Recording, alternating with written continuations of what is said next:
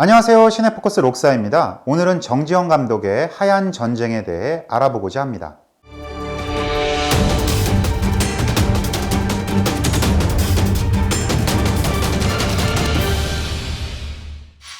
정지영 감독은 1987년 6월 항쟁 이후 변화된 사회 정치적 환경을 영화가 어떻게 적극적으로 수용했는지를 가장 잘 보여주는 작가로서 코리안 뉴 웨이브 작가군 중에서 내용적인 측면에서 새로운 물결을 주도했던 감독입니다.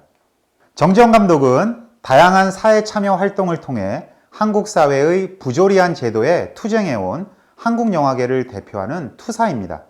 정지영 감독은 데뷔 초창기인 80년대에는 주로 멜로드라마를 만들었는데요.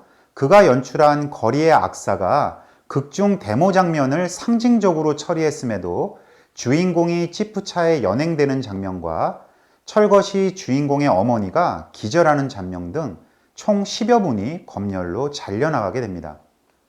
이렇게 영화 전체의 스토리가 연결이 되지 않을 정도로 파괴되는 경험을 직접 겪은 이후로 그는 영화 검열에 저항하고 군사 독재 정권을 비판하는 대표적인 영화인으로 부각되기 시작합니다.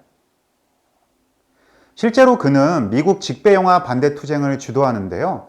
1986년 영화법이 개정되면서 할리우드 대형 영화사가 직접 한국에서 미국 영화를 배급할 수 있게 됨에 따라 국내 수입업자는 물론이고 제작사도 위축될 가능성이 커지게 됩니다.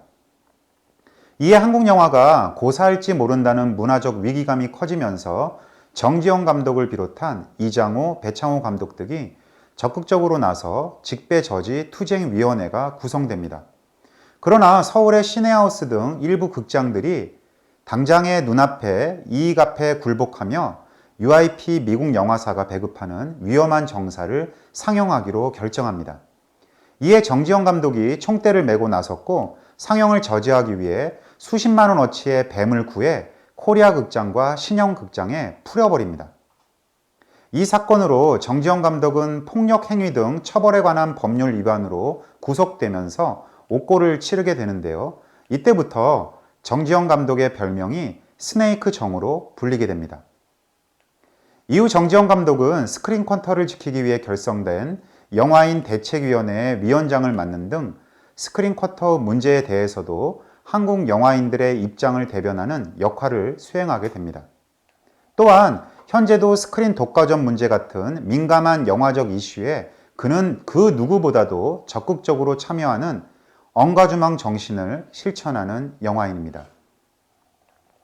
정지영 감독은 1990년대 들어 역사와 사회 문제로 본격적으로 시야를 넓히게 되는데요.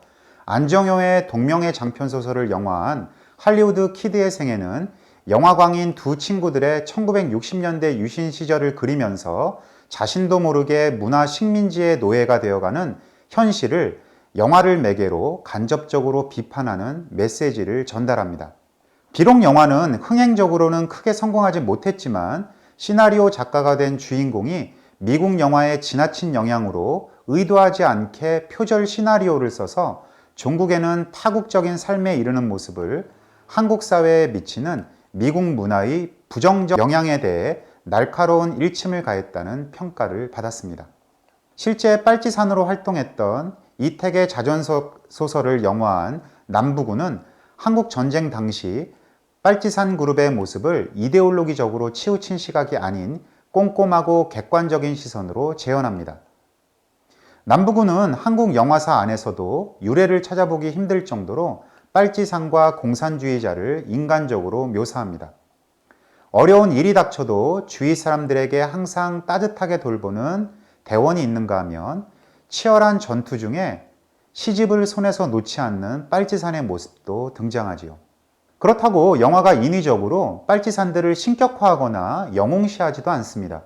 정작 감독이 보여주고자 했던 빨치산들은 공산주의 사상으로 새빨갛게 물든 흉악한 빨갱이가 아니라 비극적인 역사에 희생된 나약한 인간에 불과하다는 점을 보여줍니다. 영화는 이들이 자신들의 신념을 지키기 위해 어떤 정신적, 육체적 고통을 겪었는지를 관객에게 보여주는 색다른 시선을 보여줍니다. 앞서 소개했던 대다수의 코리안 뉴 웨이브 감독들이 1990년대 이후 더 이상 작품 활동을 하지 않는 것에 비해 정지영 감독은 현재까지도 활발하게 제작과 연출 활동을 이어가고 있습니다. 부러진 화살은 2007년 교수지위 확인소송 사건에 항소심을 맡은 부장판사에게 석궁을 쏘았다는 혐의로 구속됐다가 4년간 복역한 석궁 테러 사건을 토대로 하고 있는 작품입니다. 순 제작비 5억 원을 들여 340만 명의 관객을 동원한 부러진 화살은 13년 만에 귀환한 감독 정지영의 뛰어난 연출력을 다시 한번 확인시켜준 문제작입니다. 남영동 1985는 고 김근태 민주통합당 상임 고문의 자전적수기 남영동을 토대로 만들어진 작품입니다. 영화는 영문도 모른 채 남영동 대검 분실로 끌려간 주인공이 간첩 활동에 거짓 진술을 토해내는 고문을 받는 22일의 생생한 현장을 그리고 있습니다. 남영동 1985 이후 한동안 영화 제작에 전념해온 정지영 감독은 IMF 이후 진행된 외환은행 헐값 매각 사건을 영화한 블랙머니로 다시 연출 활동을 재개합니다. 미국에서 출판돼 세계적으로 100만 부 이상 팔린 안정용의 원작 소설 화이트 배지를 영화한 하얀 전쟁은 베트남 전쟁에 대한 반성적 시각을 처음으로 보여준 한국 영화라는 점에서 큰 의의가 있습니다. 하얀 전쟁은 1970년대 만들어진 이성구 감독의 월남에서 돌아온 김상사 등과 같이 베트남 파병에 대한 정당성만을 부여했던 다른 한국 영화들과는 달리 베트남점이 갖는 현재적인 의미를 한국 현대사의 큰 흐름 속에서 조망하고 있는 작품입니다.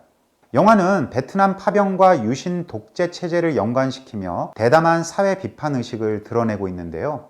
실제 전두환의 음성을 삽입하는 등 군사 정권이 권력을 장악해가는 과정을 영화의 도입부와 결말부를 통해 묘사하고 있습니다. 이러한 수미 쌍관식 서술 구조를 통해 베트남전 참전을 결정한 이전의 독재자가 죽고 그 권력을 찬탈한 또 다른 새로운 독재자가 등장했다는 역사적 사실을 상징적으로 보여주고 있습니다.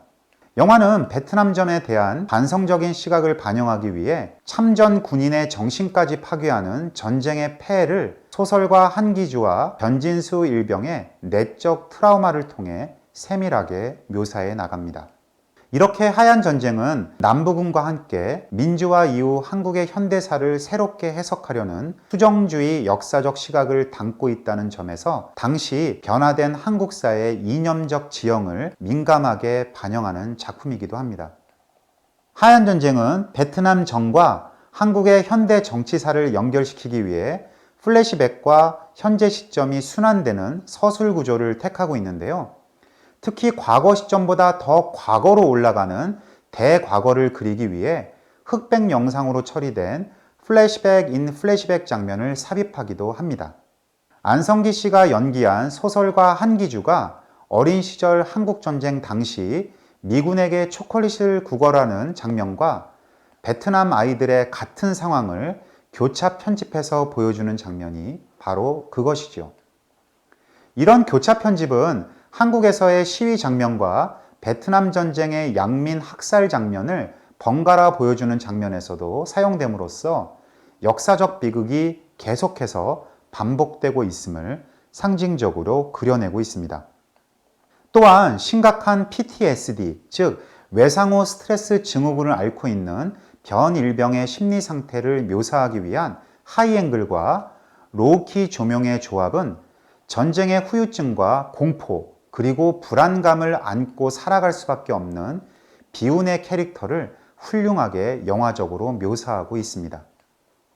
특히 변일병 역을 맡은 배우 이경영 씨의 연기는 하얀 전쟁의 작품성을 한층 더 완성도 있게 만들어준 1등 공신이라고 할 수 있습니다.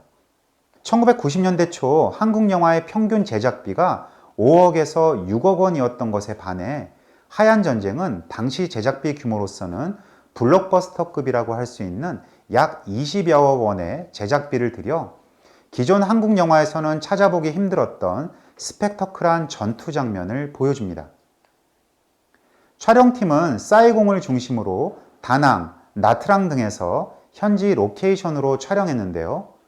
어두운 곳에서도 촬영이 가능한 최첨단 장비와 전쟁의 실상을 생생하게 전달하기 위해 핸드헬드 그리고 스테디캠의 사용으로 완성도가 뛰어난 전투 장면을 완성할 수 있었습니다.